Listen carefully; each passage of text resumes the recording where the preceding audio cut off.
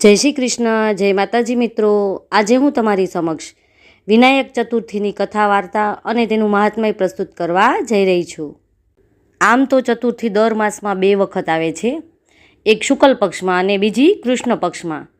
જે શુક્લ પક્ષમાં ચતુર્થી આવે છે ને તેને વિનાયક ગણેશ ચતુર્થી કહેવાય છે, અને જે કૃષ્ણ પક્ષમાં ચતુર્થી આવે છે ને તેને સંકષ્ટી ગણેશ ચતુર્થી કહેવાય છે।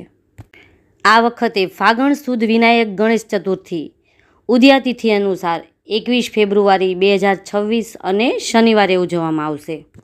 આ દિવસે શ્રી ગજાનન ગણપતિ બાપાની પૂજા બપોરે કરવાથી સૌથી વધારે શુભ ફળ દેનારી ગણાય છે।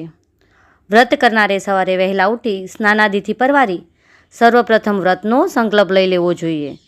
ત્યારબાદ આખો દિવસ મનમાં સકારાત્મક ભાવ રાખી ગણપતિ બાપાના નામનું રટણ કરતા રહેવું જોઈએ, અને બપોર પડતા જ શુભ મુહૂર્તે ગણપતિ બાપાની પૂરા વિધિ વિધાન સાથે પૂજા કરવી જોઈએ। ગણપતિ બાપાની સાચી અને સરળ વિધિનો વિડીયો મેં આગળ મૂક્યો જ છે, જેની લિંક મેં ડિસ્ક્રિપ્શનમાં મૂકી દીધી છે। તે રીતે પૂજા કરી લેવી જોઈએ, અને આરતી અને થાળ કર્યા બાદ આ કથા વાર્તા અવશ્ય સાંભળવી જોઈએ। કોઈ પણ પૂજા હોય કે વ્રત કર્યું હોય તે કથા વાર્તા સાંભળ્યા વગર અધૂરું જ ગણાય છે, માટે આ કથા વાર્તા અવશ્ય સાંભળવી। આવી જ રીતે સાંજે પણ આરતી કરવી અને બાપાને થાળ ધરાવવો અને પ્રસાદ લેવો।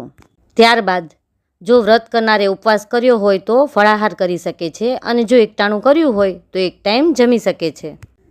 જે ભક્ત વિનાયક ચતુર્થી પર સાચા હૃદયથી પૂજા અને કથાપાઠ કરે છે તેના જીવનમાં આવતા બધા જ અવરોધો દૂર થાય છે અને તેમની સર્વે મનોકામના પૂર્ણ થાય છે।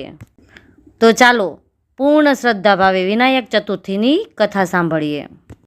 પૂર્વકાળની વાત છે, એક વેળા જ્યારે શંકર ભગવાન અને માતા પાર્વતી સોગઠાબાજી રમવાની તૈયારી કરતા હતા ત્યારે તેમને વિચાર આવ્યો, સોગઠાબાજી તો રમીશું, પરંતુ કોઈ આજુબાજુ તો છે નહીં, તો હાર જીતનો ફેસલો કોણ કરશે? ત્યારે ભગવાન શિવે તેના તેજથી એક પૂતળું ઉત્પન્ન કર્યું, ત્યારબાદ તેમાં પ્રાણ પણ પૂર્યા। ત્યારબાદ માતા પાર્વતી અને ભગવાન શંકર સોગઠાબાજી રમવાનું ચાલુ કરે છે।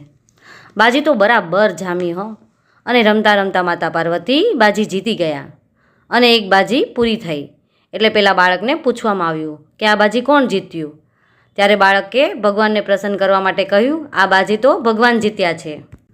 હવે બીજી બાજી ચાલુ થાય છે। આ બાજી પણ માતાજી જીતી ગયા, પણ આ વખતે પણ બાળક જૂઠું બોલ્યું કે બાજી તો ભગવાન જીતી ગયા છે।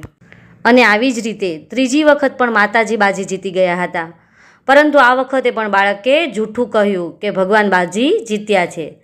ત્યારે માતા પાર્વતી અતિ ક્રોધિત થયા અને તેમણે તેને શ્રાપ આપ્યો કે આખું જીવન તું લૂલો લંગડો બની આ કાદવ કીચડમાં વિતાવજે।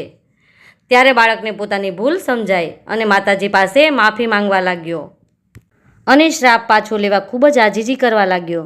ત્યારે માતાજીએ કહ્યું, હું શ્રાપ તો પાછો નહીં લઈ શકું, પરંતુ જ્યારે નાગ કન્યાઓ અહીં વિનાયક ચતુર્થીનું વ્રત કરવા આવે ત્યારે તેમની પાસે વ્રતની વિધિ જાણીને તું પણ વિનાયક ગણેશ ચતુર્થીનું વ્રત કરજે, જેના પુણ્ય ફળથી તું શાપ મુક્ત થઈ શકીશ। વર્ષો વીતી ગયા। એક સમયે ઘણી નાગ કન્યાઓ આ જગ્યાએ વિનાયક ચતુર્થીનું વ્રત કરવા આવી, ત્યારે બાળકે એ વ્રતની વિધિ પૂછી અને શ્રદ્ધા ભાવે તે વ્રત કર્યું, જેથી ગણેશજી પ્રસન્ન થયા અને આ બાળકને શ્રાપમાંથી મુક્ત કર્યો। ત્યારબાદ ચાલતો ચાલતો તે બાળક કૈલાસ પર્વત પર ગયો અને ત્યાં તે મહાદેવને મળ્યો અને બધી વાત જણાવી। ત્યારે મહાદેવે પૂર્ણ શ્રદ્ધા ભાવે ગણેશ પૂજન કરી વ્રત કર્યું। વ્રતના પ્રતાપે દેવી પાર્વતી જે શિવજીથી રૂઠી ગયા હતા તે પ્રસન્ન થયા। આમ જે કોઈ ભાવિક ભક્તો શ્રદ્ધા ભાવે આ વિનાયક ચતુર્થીનું વ્રત કરે છે તેના તમામ કાર્યો વિના વિઘ્ને પૂરા થાય છે અને તેમને સુખ સમૃદ્ધિ અને જ્ઞાનની પ્રાપ્તિ થાય છે। જો મિત્રો તમને મારો આ વિડીયો પસંદ આવ્યો હોય તો મારી ચેનલને સબસ્ક્રાઈબ કરો, વિડીયોને લાઇક કરો અને તમારા મિત્રો સાથે શેર કરો, અને કમેન્ટમાં વિઘ્નહર્તા ગજાનન ગણપતિ બાપાની જય લખો।